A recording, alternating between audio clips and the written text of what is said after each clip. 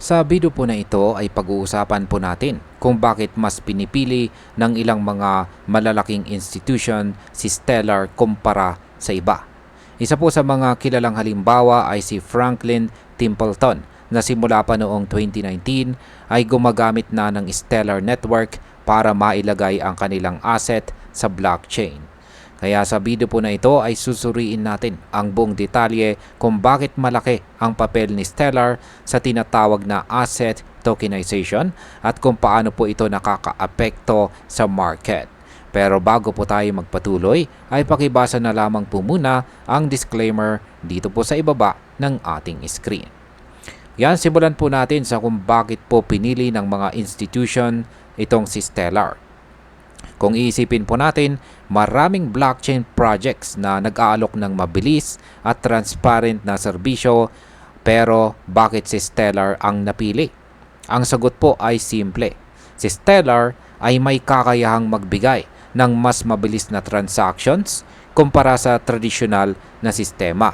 Kapag mas mabilis po ang galaw ng pera, mas tumataas ang tiwala ng mga malalaking kumpanya at mas bumababa ang operational cost.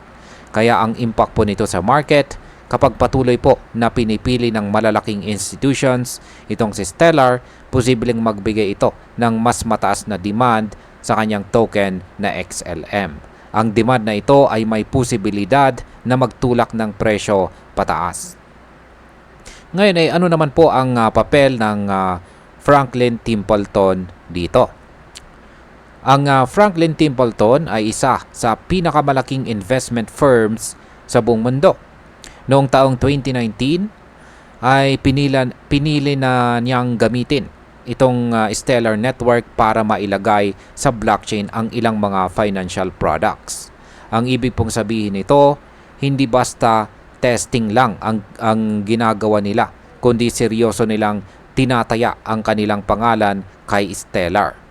Kaya ang impact po nito sa market ay ang presensya ng isang malaking pangalan tulad ni Franklin Templeton ay nagsisilbing kumpirmasyon sa ibang investors na reliable itong si Stellar. Yan, reliable or maaasahan.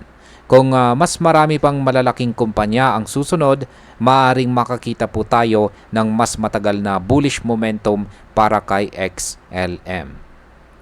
Ngayon ay ano naman po ang ibig sabihin ng asset tokenization? Ayan. Ang asset tokenization ay ang proseso kung saan ang mga real world assets tulad po ng bonds, stocks o kahit real estate ay ginagawang digital tokens sa blockchain. Si Stellar ay espesyal dito dahil nagagawa po niyang pagsamahin ang bilis at saka transparency ng blockchain sa mga traditional na assets. Kaya pagdating po sa market impact, kung mas maraming assets ang matokenize kay Stellar, mas dadami po ang volume ng transactions at liquidity sa kanyang ecosystem. Sa madaling salita, mas nagiging valuable ang paggamit kay XLM para sa transfers at saka payments. Ngayon ay ano po ba ang ibig sabihin ng issued 24/7 from anywhere?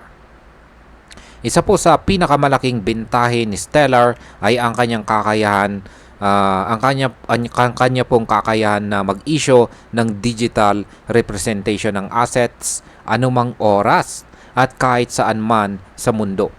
Ibig sabihin ay wala ng limitasyon sa oras ng bangko o lokasyon ng mga tao.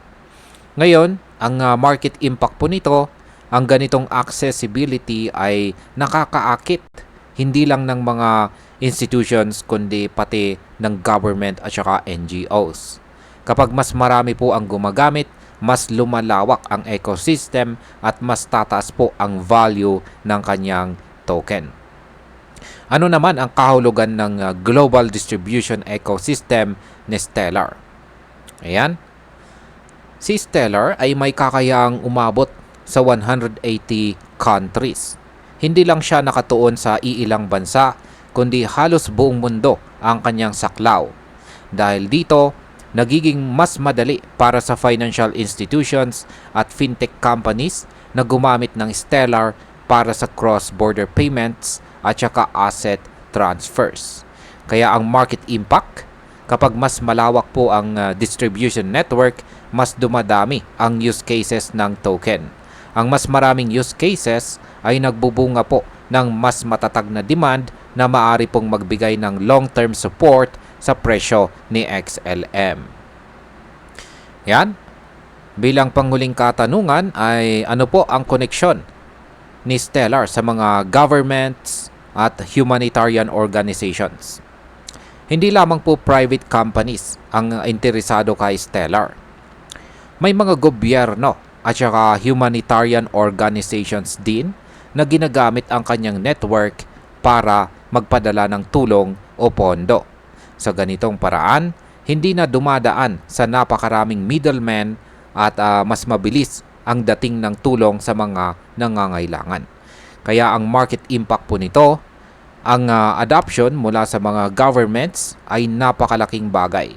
Kapag ang isang gobyerno ay nagtiwala sa isang blockchain, nagiging mas lehitimo ang project sa mata ng publiko. Posibleng magresulta ito sa mas mataas na interes mula sa retail investors at dagdag na price movement. Ayan. Bilang panghuli, makikita natin na si Stellar ay hindi lang basta cryptocurrency, kundi isang seryosong infrastructure na ginagamit na ng mga big players tulad po ni Franklin Templeton. Dahil sa kanyang kakayahan na pagsamahin ang blockchain speed at transparency sa real-world assets, mas nagiging mahalaga ang kanyang papel dito sa mundo ng finance. Kung patuloy po na lalaki ang adoption, lalo na sa asset tokenization at saka cross-border transactions, malaki po ang posibilidad na tataas ang demand kay XLM at mas lalakas ang kanyang market value. Sa madaling salita, ang ginagawa po ni Stellar ngayon ay hindi lang pansamantala. Isa itong akbang papunta sa mas malawak na paggamit ng blockchain sa buong mundo. At ayan, hanggang dito na lamang po tayo sa video na ito mga ka-crypto. Marami pong salamat sa panunood. Ingat po tayo lagi at God bless po sa ating lahat.